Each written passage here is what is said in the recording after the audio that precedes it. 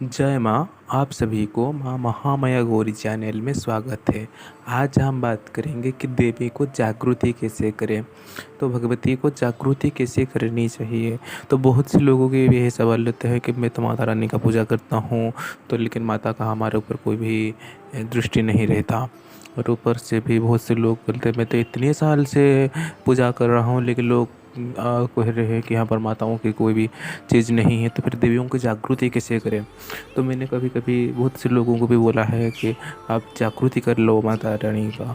तो माता रानी को वो क्या करते हैं, तो वो बहुत सी तांत्रिकों के चक्कर में फंसकर बहुत सी मंत्र तंत्र करा लेते हैं, और फिर भी देवियों का जागृति नहीं हो रहा था।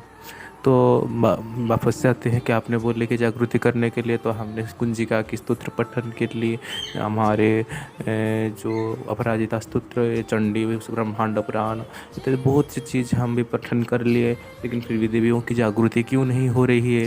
ज़रा आप बताइए कि ऐसा क्यों हो रहा है। तो क्योंकि हमने तो पठन किया ना जागृति की चीज़ों के लिए, तो जागृति की चीज़ों की उसी पठन से जागृति नहीं हो जाता। कोई किस तरह की बड़ा हवन कर लो, या फिर कोई भी बहुत सी बड़ी चीज़ कर लो, जो चाहो वो जो जो भी दिल में आ जाए वो कर लो, लेकिन इसमें से जागृति नहीं होता। ये सब भाव लाने के लिए प्रक्रिया है। मैं नहीं बोल रहा हूँ कि ये सब गलत है, नहीं, ये सही है। जो भी हवन है, जो भी पूजा है, वो सब सही है, लेकिन ये भाव लाने के लिए ये चीज़ चाहिए। हमारे अंदर में जो भाव जब बाहर को नहीं आ पाता, जिसको हमारा सड़रिपू और बहुत से इंद्रिय मिल के उनको काबू करके रख लेते हैं उन भाव को। तो उस भाव को बाहर को लाने के लिए इस तरह के स्तोत्रों के पठन की आवश्यकता होती है। लेकिन हाँ, उन स्तोत्रों को पठन अपने आंतरिकता से न करके सिर्फ और सिर्फ देवियों के जागरण के निमित्त किसी भी एक तरह की, मतलब मेरे को यही चीज़ चाहिए तो मैं इसलिए पढ़ रहा हूँ, तो इस तरह से हम पढ़ लेते हैं, जिसके वजह से हमारा अंदर वो भाव का उत्पत्ति नहीं हो पाता। तो बाद में जब हमारा भाव का ही उत्पत्ति नहीं होता, तो भाव भी उत्पत्ति, तो वो तो पहला स्टेज है। तो जब अगर भाव भी उत्पत्ति नहीं होता, तो आगे स्टेज में हम जाएँ कैसे। तो जब तक भाव का उत्पत्ति नहीं हो रहा है, तो हम आगे नहीं जा सकते। छोड़ो, अब आप तो पता लग गए थे कैसे भाव आ गया। तो आपको भाव लाने के लिए भगवती के ऊपर संपूर्ण लय देना चाहिए। उनके ऊपर उनके स्नान मार्जना को पूरी की तरह से हमारा रक्षणावेक्षण करने के अपनी सारी की सारी ध्यान उनके ऊपर दे देना चाहिए, जब भी आप जागृति करने के लिए देवी को बैठे हो। तो इतने के बाद तो उस भाव, तो हाँ, बहुत लोगों को तो हमारा तो वैसे भी बहुत से भाव आ जाते हैं, तो हमारा क्यों जागृति नहीं होता। तो उन लोगों के लिए भी आगे, क्योंकि भाव तो पहला स्टेज है, उसके बाद बहुत सारे और भी स्टेज रहते हैं।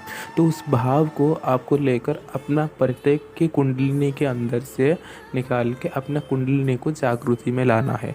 उसी भाव के वजह से, उस भाव के दौरान से जब आपके भाव में विफलित हो जाएंगे, जब आप भाव में बिल्कुल खो जाएंगे, तो आपके अपने अंदर एक अनंत ऊर्जा का आप एहसास कर पाओगे। तो उस अनंत ऊर्जा में आपने उस भाव को निक्षेप कर देना है।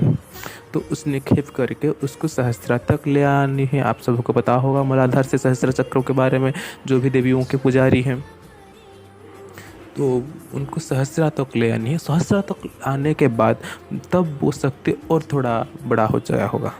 तो उस शक्ति को हमको निर्विचारिता के तत्व के अंदर डाल लेना चाहिए। हमारा जहाँ वहाँ पे कुछ भी विचार करना सही नहीं है, ये सही है, ये गलत है, ये अच्छा है, ये बुरा है, इस तरह से अगर हम विचार करेंगे तो वो शक्ति क्षय होने की कगार पे आ जाएगी। तो उस तरह से हम विचार नहीं करके उस शक्ति को हम जागृत करने के लिए भगवती के वाम हस्त में दान करेंगे। उसके बाद बार बार इसे ही प्रोसेस करने की वजह से वो जागृत हो जाएंगे। आशा करता हूँ आप सभी को ये वीडियो बहुत ही अच्छा लगा होगा। रहता हूँ। जय माँ।